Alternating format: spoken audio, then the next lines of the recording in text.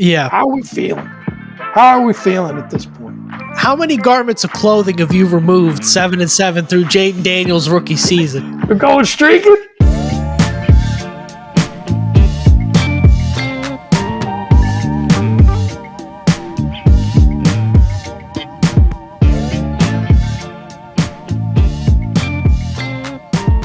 Pop, what's going on, man? Son, how you doing? Doing good. Pop's phoning in from Ashburn, Virginia. He's already set up, ready for the first week's game. Pop, I got bad news for you, though. They're playing on the road next week. You might have to make some travel adjustments to get down to Tampa in time. How do you know I'm not in Tampa? It's true. It's true. He's in a land far, far away, maybe. Anyways, we're here today. We're doing a little bit of a notes, vibe check, training camp recap, and then we're going to get into the schedule prediction for the second half of the pod. So that's the big one. So guys, stay tuned for that. But before we did that, we figure we'll just kind of go over a little bit the 53-man roster, give our quick reactions. You guys have probably already heard most of the big headlines at this point, but you haven't heard us talk about it. So we're just going to do a little bit on that. So let's get right into it, Pop. You got KJ Henry cut. I wonder who predicted that here. I'm going to take a victory lap on that one. And then you've got John Ridgway was traded. It was basically like a pick swap, so we got a 6th. So John Ridgway in a 7th for a 6th. And then Noah Brown was also signed. So what do you want to give your kind of your reactions to that? Yeah, I mean, I guess to some degree they were all a little surprising. I thought KJ would make the team. I think you were a little more on the fence, if I remember right, in our 53-man prediction. Yeah, I thought Ridgway was a hair ahead of Federian Mathis, so that was a little surprising as well. Little do we know what's actually going on. And so it looks like they wanted to keep Federian around. And I do like the Noah Brown signing a lot, ex-teammate of Terry McLaurin at Ohio State. And it was interesting that he would even get cut from Houston, but I guess they maybe got an embarrassment of riches at receiver at this point. They do, yeah. I think it's a good signing. Yeah, I mean, Houston's kind of in a situation where, they've got just too many good receivers, and they bring in Diggs, and they're really trying to just, take this thing over the top and get a chip now. And a guy like Noah Brown, who's like a solid bench contributor, just doesn't have a place there, unfortunately, in the moment. Right. Especially when you've got a guy like John Mechie, who with everything he's been through, first-round talent, never really got a chance to get on the field. Hopefully he's getting back on the field this year. But I love the Noah Brown signing. I mean, it's something that a lot of people were asking for. We got him. He's a guy that I don't think you're going to get, 17 games out of him. He's had injury issues, but I think you will have. I think you could put him down to at least, fill in that void, that 500-yard, 50-catch void that Jahan Dotson left. If not surpass that, I'd expect him to surpass that if he can stay healthy. And I mean, he had a 172-yard game off 15 catches last year. So his numbers jump off the page. He outpaced Dotson. And he only played 10 games, and Dotson played all 17. Say that again, 172-yard gain? Yeah, last year in one game. How many catches? It's 15 or 10, something like that. It was nutty. He had a crazy, crazy day. Wow. So he balled last year in Houston when given the opportunity, but basically Houston just had a lot of young guys step up and take over, and he couldn't kind of stay healthy. So I think he's going to be a good addition to the squad. I think it's somebody that you need. I did call the KJ Henry signing. Ridgway, I think, is not necessarily a thing where they think Mathis is better, but there's a market for Ridgway. You don't want to keep both, so you give away the one that you can get some value for, maybe, as opposed to just cut and bait with. I think that's what's happening there. And Mathis, you don't really need the big run stuffer, line up directly over the center, Haloti Ngata style nose tackle in Dan Quinn's defense. So I think they're kind of they got one for the situations where they need them, and they don't need two of them. So anyways, let's move on. I think they were a little bit, I mean, they definitely were stacked at defensive tackle. We were all kind of scratching our head figuring that out. So maybe they just figured it's a flip of the coin and they want to get some value back at that position. I think Noah Brown, very physical guy, special teamer, definitely fits the mold of what more they're looking for. If you kind of look at the Noah Brown signing versus the Jahan Dotson, trading, you could see the type of mold of guy that they're looking for. Yeah, I'm not sure about the special teams thing with Noah Brown, but he's definitely going to give you more effort when he's out there for sure. And at a certain point, you just got to move on. Dotson's not here anymore. Brown is. So we're on to Cincinnati, so to speak. A little bit of housekeeping here before we get into this next segment. So those of you who've been with us for a season, hopefully 2 seasons, been with us since the beginning, you know how we're doing this. But for those of you who are just joining us, have just joined us during the summer, maybe through the subscriber giveaway or however you found us, we are entering our season-long format now. So during the football season, we pod 2 fresh podcasts a week. So you get one on Monday and then you get one on Thursday. Thursday is the pregame and Monday is going to be your post-game reaction. Obviously, no game last weekend, so we're going to do our season-long schedule predictions for this podcast. But next week on Monday, you'll get the Tampa reaction. And then on Thursday, you will get the New York Giants pregame. And this week, look out for on Thursday, instead of just a clip from this week's podcast, you're going to get a brand new Tampa Bay pregame podcast. So I'm sure a lot of you guys are getting fired up for that first game. So you'll get your Dom and Pop coverage from us on Thursday, along with your Bada Bets for the weekend. So we're back. We're doing our betting segment for the second half, so it's a lot of fun, a lot of good stuff. Pop, what do you say we move on to some bold predictions for 2020? Yeah, while we're doing housekeeping, I got a couple of things, right? One, we're seeing definitely differences in views between the first pod and second pod. Makes sense because what we've been releasing is a clip of the first pod on Thursdays, but just don't forget it's going to be brand spanking new. And it's a fun pod doing the pregame and all the betting predictions. So make sure that if you tune into the first one, you catch the second one as well. And just from a housekeeping point of view, what I'm actually doing here is I'm on an anniversary weekend. So I just want to give a shout out to the wife. Many very happy years together. So happy anniversary to the wife. And this is a tribute show to her. There you go. Happy anniversary. I had a blast in downtown DC. There you go. Happy anniversary to Pop and our BTS insider. Let's I like that. There you go. Let's keep it moving, man. Let's keep it moving. Very nice. Beautiful tribute there.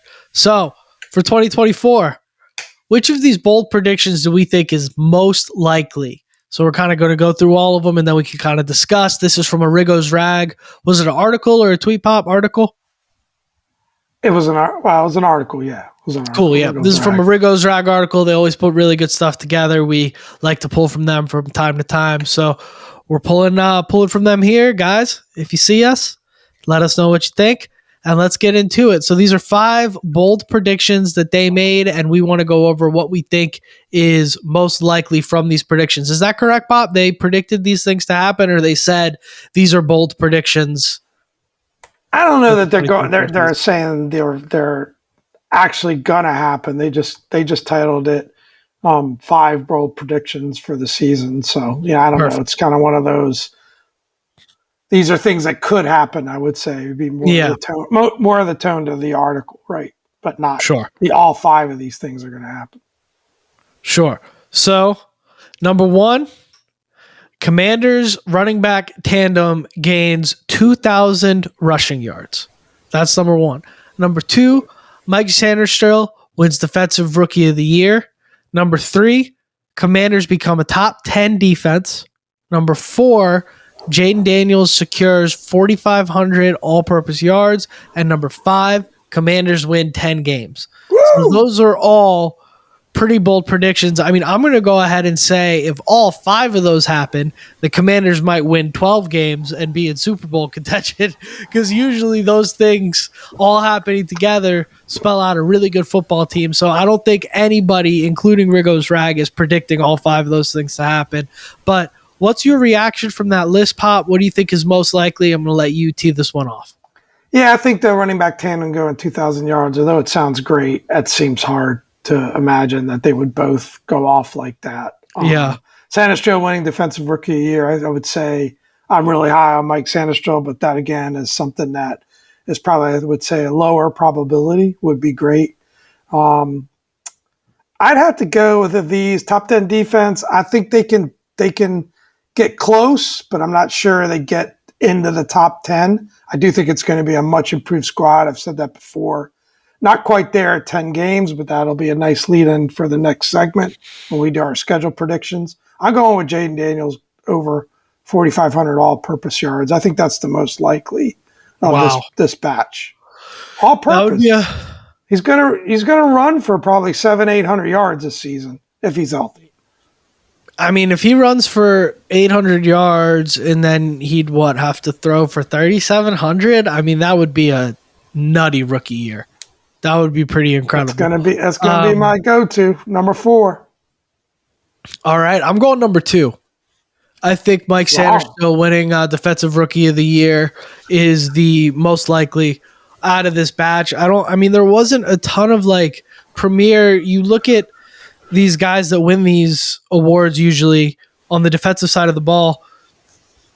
Excuse me. It's generally a rookie linebacker or a rookie edge rusher, and there wasn't that crazy top 3 rookie edge rusher pick this year. So I think it leaves it open for a DB to take it. And I think from everything that we've seen from Sanders, I think that's very possible. I just don't think, unfortunately, game script is going to dictate a 2,000-yard rushing season from the running back tandem. Now, if you wanted to incorporate Jaden Daniels into that group, I think we might have overall 2,000 rushing yards because I think you probably bank on maybe 12 to 1,500 from the 2 running backs, and then Jaden Daniels could take that over the top. But I don't think just from the running backs, and especially with Eckler's health, and I think both of them are going to be doing a lot of catching passes out of the backfield, which are technically not running plays.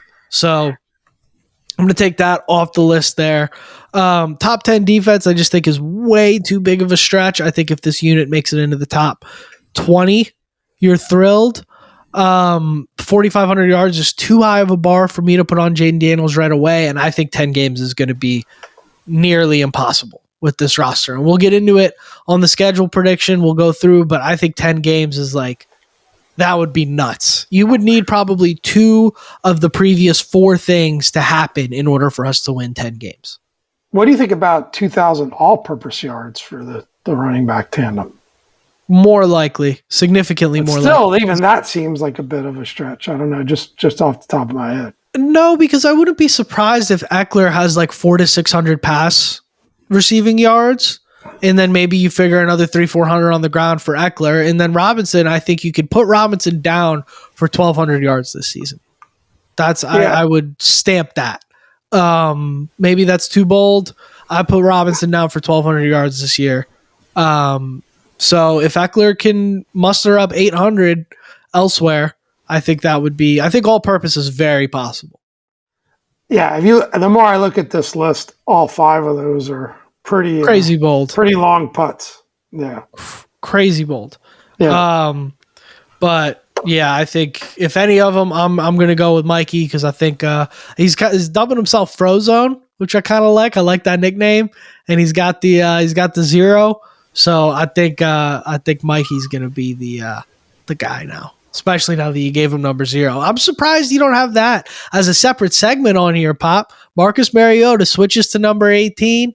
De'Ami Brown gets number 2. He gets to keep that number the way he performed in camp. And Mikey Sanders has now taken number 0, which obviously means a lot to Mikey. He's going back to that. So that's a big deal, Pop.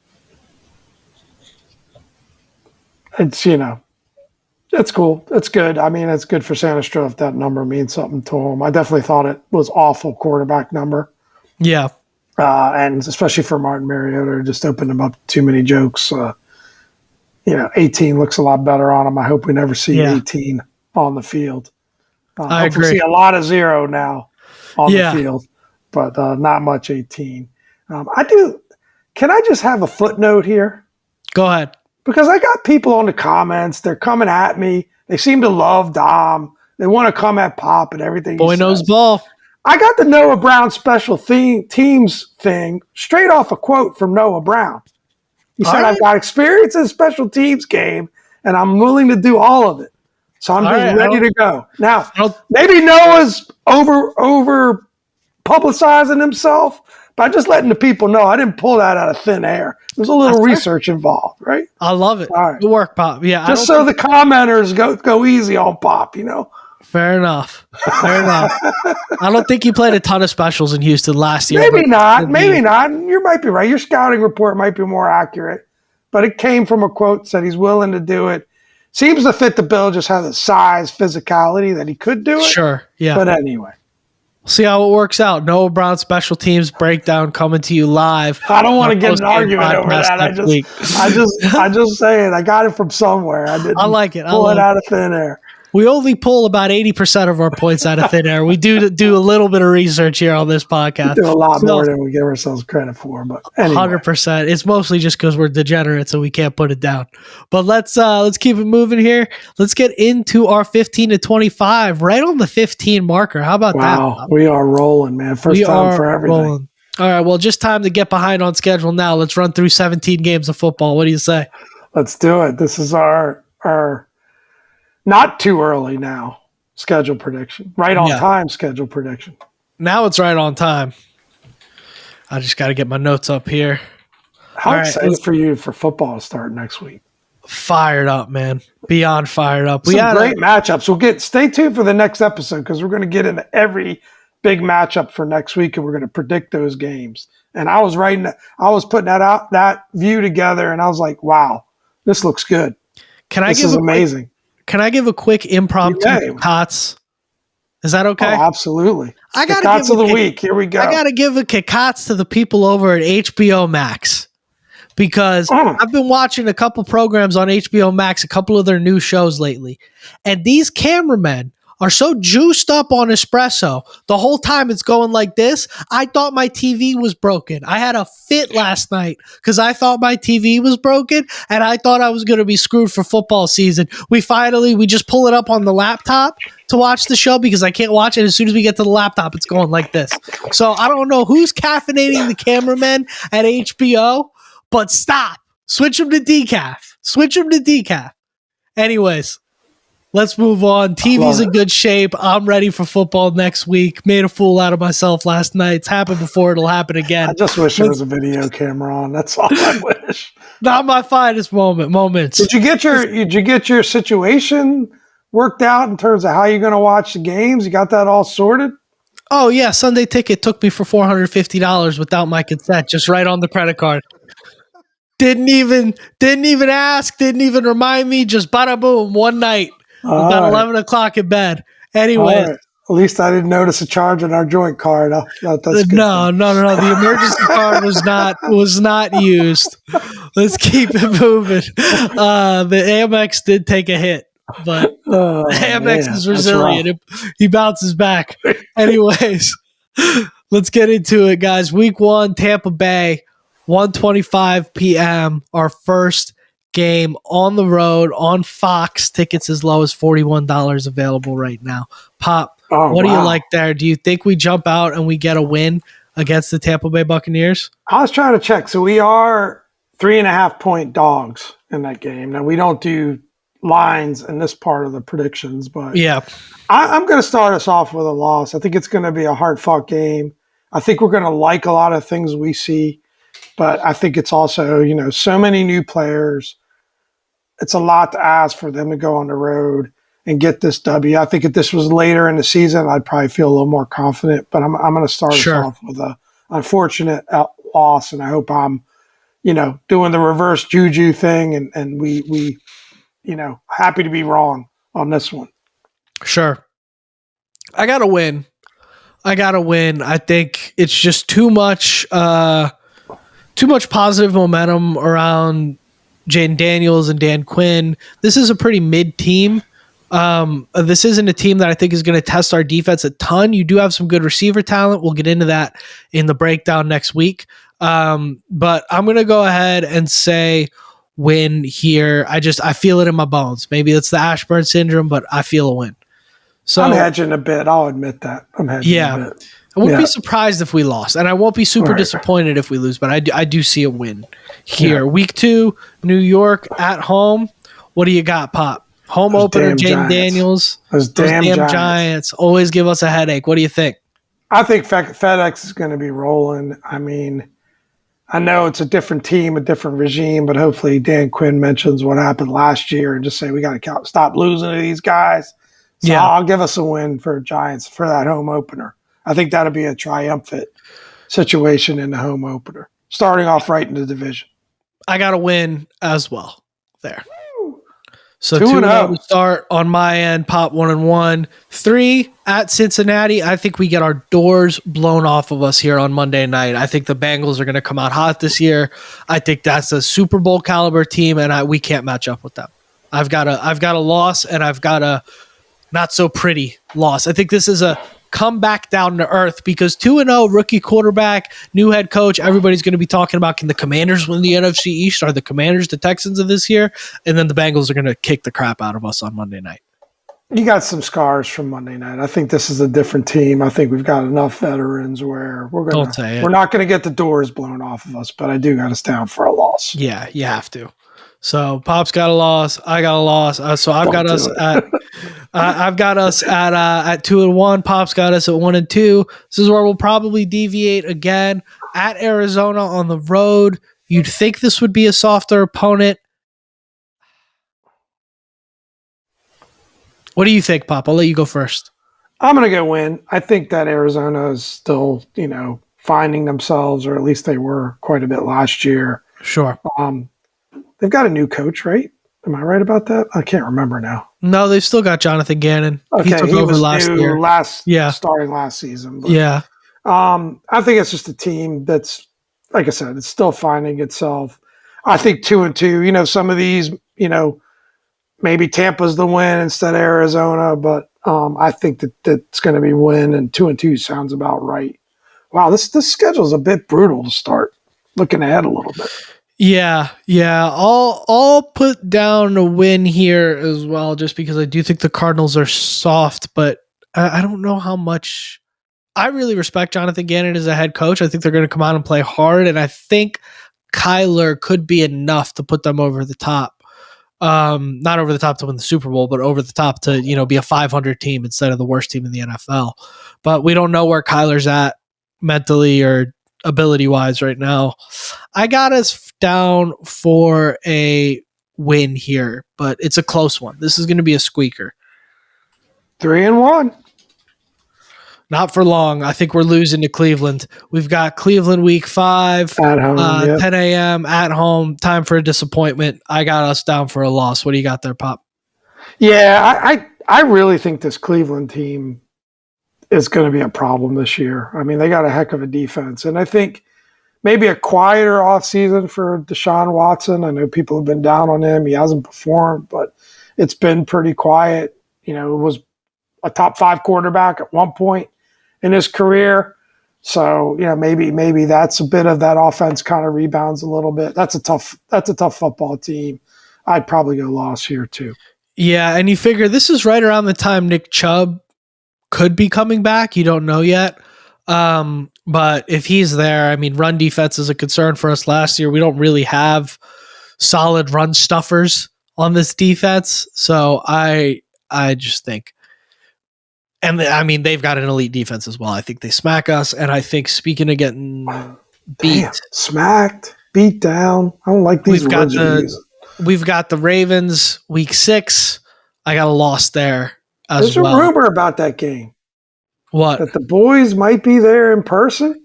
There's some rumors swirling around. We might get some in-person coverage. Dom and Pop, some live streaming going on from M&T Bank? We'll have to see. Yeah, guys, drop some comments if you want to see some live streaming. Dom and Pop are kicking some tires on the live stream. We'll have to see. But week 6. I'll go loss here too. Both, right? If nothing else, just that I think that's a Super Bowl contending team right there, and it would be unbelievable. I'll be carrying you out of that stadium up on my shoulders. Oh man! If we get that W, it should be a fun day out. Got a lot of people going to that game, but yeah, it's going to be a tough one. The insiders being all nice right now, but Nah, I don't want to hear from him. So little two game slide there. So through 6, that would put me at 3-3, and that would put Pop at 2-4. Wow, that's not good. 2-4 is not good. You got to be thrilled Got to if you're find some 3-3 W's through here 6. somewhere. Well, there's a W right there. Carolina, all week right. 7. Yeah, I needed that. Needed that, right? So Pop W, Dom W. So week 8, we don't need to spend time talking about Carolina. They got the new Dan Snyder over there. Week 8, I got a loss against Chicago. What do you got, Pop? I'm going to win against Chicago at home. I'm going to win. I think that is, got that circled on the calendar. I think that's the game of the season to watch, Caleb versus Jaden. But I think at that point of the season, I like this team to kind of build some momentum. I do think Chicago, you could argue, is more talented, especially offensively. But I'm going to go W against Chicago. I got to rack up a few more W's here. Yeah. So Pop goes W there. Both 4-4 at this point. 500 at the 8-week mark. So week 9, you've got the New York Giants at the Meadowlands. I've got a loss here. Just weird stuff happens at the Meadowlands, and I just refuse to say we're going to sweep the Giants. I've been through too much. I said last year they were going to sweep us, and they did. I've been through too much with the New York Giants to predict a sweep. I just can't do it. You know what that is, son? What? That's a broom. You're predicting a sweep for us? That's a broom. It's a new day. It's a new era. It's a bad Giants football team. I've seen people predicting 4 wins for them. Yeah. They've done the same for us, but I just think that it feels a bit like the wheels are coming off a little bit in New York. So I think we're going to seek revenge, new regime in Washington. Sweep those Giants, baby. I don't know, man. We flipped. Now I'm 5-4. You're 4-5. So we've kind of flipped here. It's an emotional roller coaster. How many times have we sat here and said the wheels are coming off the Giants, and then been back here Monday morning going, how the hell did that happen? We tied or we lost or whatever. It's no longer, which I will put last year into this category too. It's no longer a Dan Snyder football team. We got to put some of that in the past.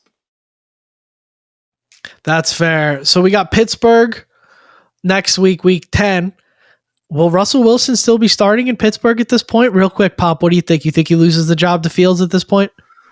I just don't know that they got a quarterback, period, honestly. I just think, Justin Fields has a lot of talent, but just hasn't been able to put it all together. And I think Wilson's best days are behind him.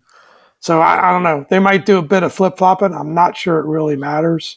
Yeah. I think they're going to struggle in that respect.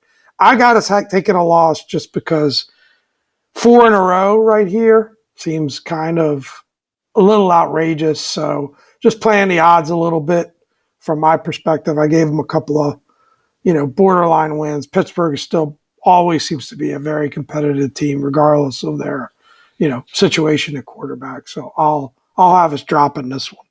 Yep. I would say I have a loss there as well. It's just, this is a well-coached football team that, look, Pittsburgh gets to 9-8 every year because they beat teams like us with routine. They just beat teams that are middling or not quite there yet. So this is a Mike Tomlin win if I've ever seen one. I've got a loss there. It's in some probably really ugly, like 15-8 win or something like that. I got our offense. A ugly Pittsburgh win, or I'm respecting Pittsburgh's defense. But I got an ugly loss there against Pittsburgh. We go into Philadelphia on Thursday night, and this is where I'm willing to go out on a limb here. I've got to win on Thursday. This has a Dan Quinn win written all over it. There's a 3-game slide. The boys need something. Dan Quinn puts a win down. I've got a Dan Quinn win here. I like it. I mean, this is a tough thing about doing this, this stage of the season, because you really just don't know. But that Philly team, to me, is stacked with talent. It's Jahan Dotson revenge game. Don't forget that. But I'd give us for 48 yards. I'm terrified. I'd give us a loss there. Pop loss. I got to win. Number 12, Dallas. It's at home. It's the week of Thanksgiving. It's not actually Thanksgiving, thank God. What do you got there, Pop? I'm gonna give us a win here. I think again. I expect we talked about this, right? This team's going to get better as the season goes on. Jaden Daniels is going to start to roll. I'm not overly convinced about this Dallas team. I still don't know. That it's a team that's always liked more balance, and they don't have a really good situation at running back at this point with Zeke back at the number one. So I'm going to just say we get a win here. I'm not going to give us 3 losses in a row. You're not afraid of 52-year-old Dalvin Cook coming over Not to really.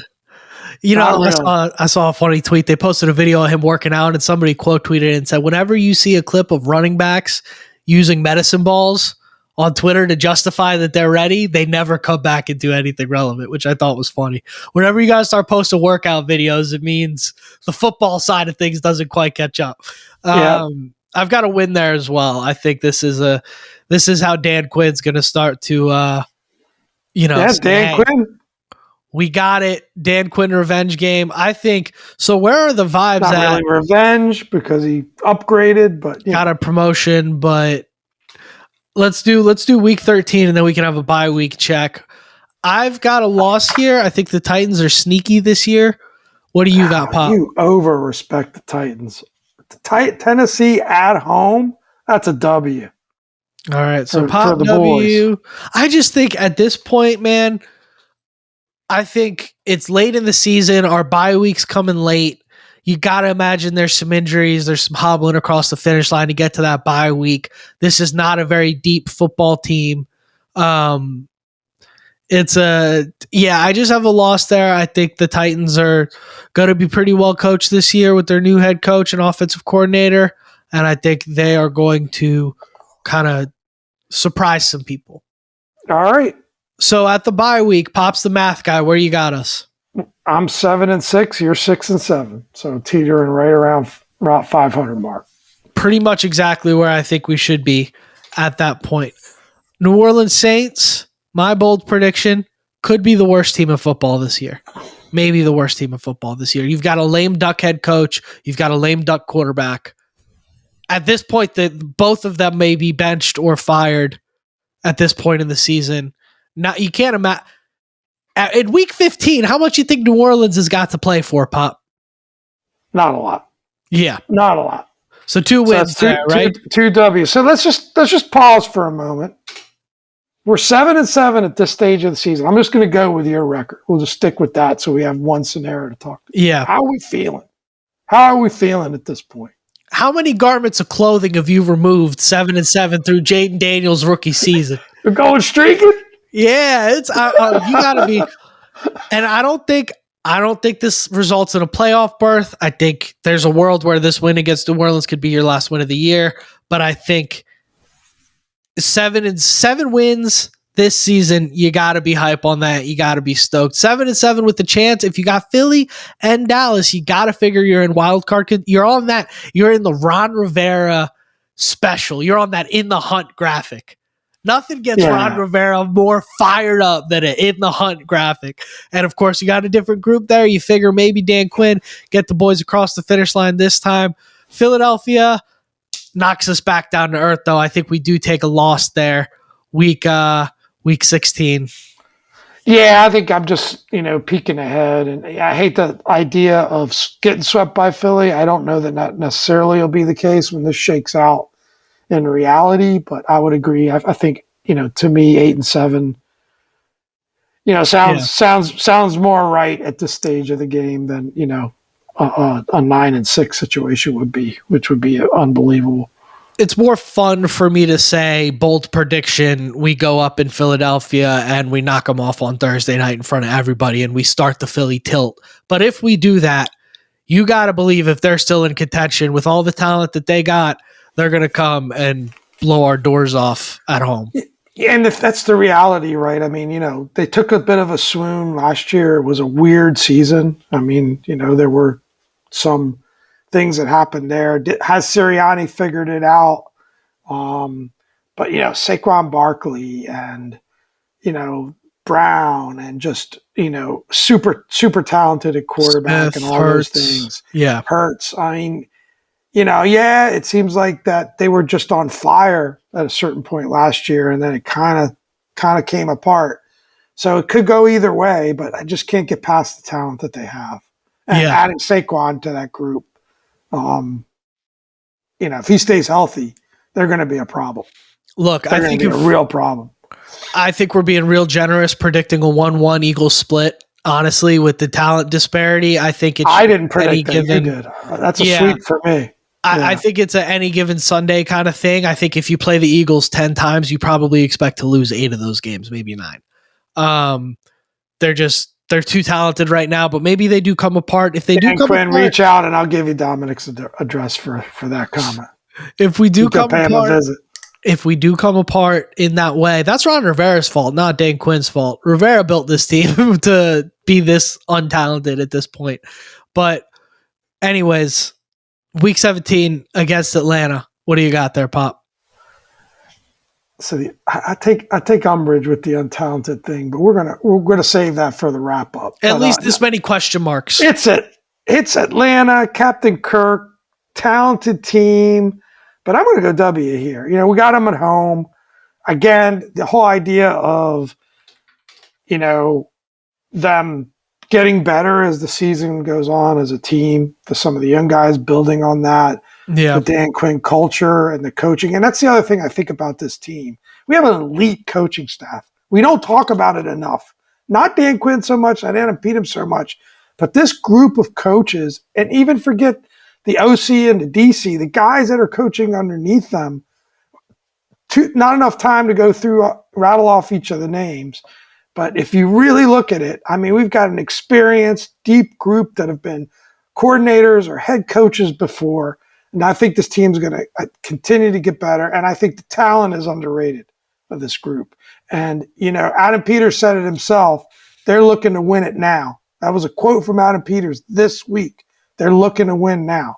And again, winning isn't so much being a Super Bowl contender. Being a Super Bowl contender is 3-4 years down the road. But I think being a playoff contender is something they want to be on the table. Now, it doesn't mean you make the playoffs. But like you said, being in the hunt, 2-3 games left, as I think where this team expects to be this season. I really do. I got a loss here. It's a fired up analysis from Pop there. I got a loss to Atlanta, unfortunately. Kirk can say it doesn't matter to him as much as he wants.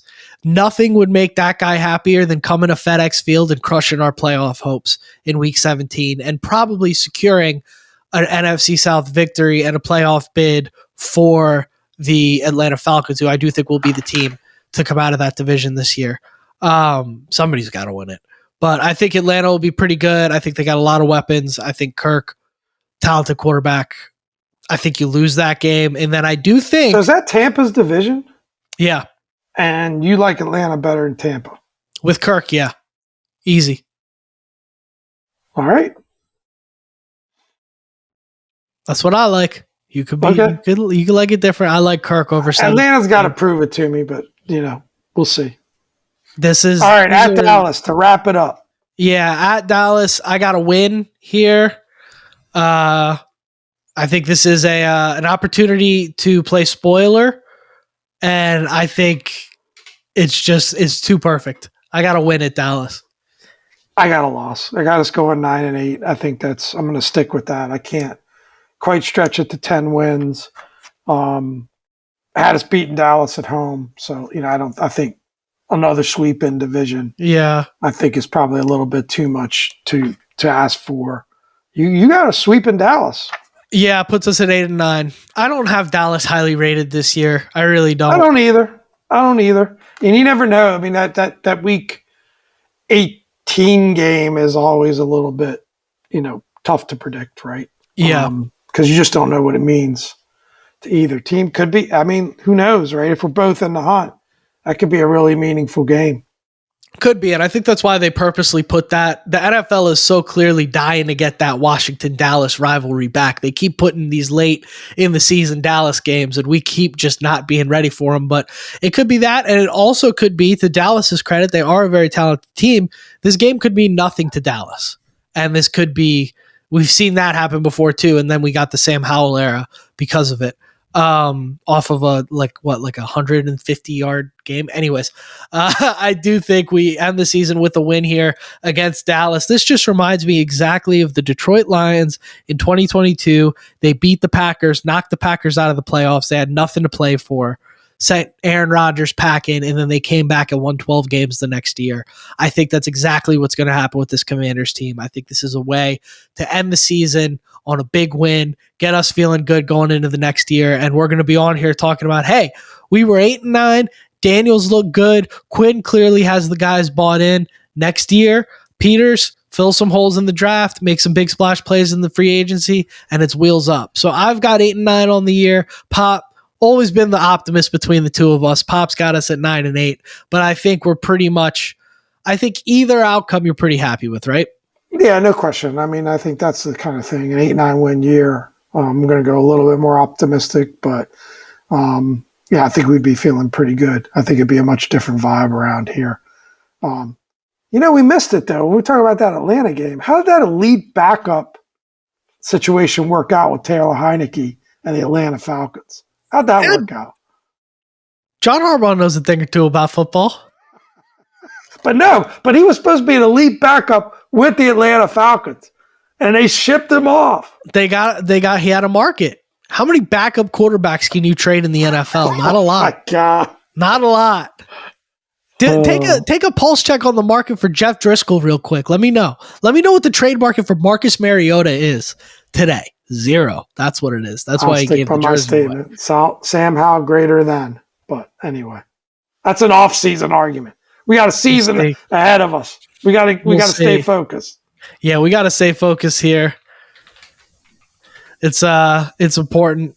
But anyways, what do you say we wrap this thing up, Pop? Need to. That was fun. Yeah, we should wrap this thing up. It's been a good time. Taylor Heineke did get the same draft compensation. That's what you were distracted about. Sixth round pick as well. So, but anyways, let's wrap this thing up, Pop. Without further ado, I'm Adam. This is Pop. Thanks for another great week, everybody.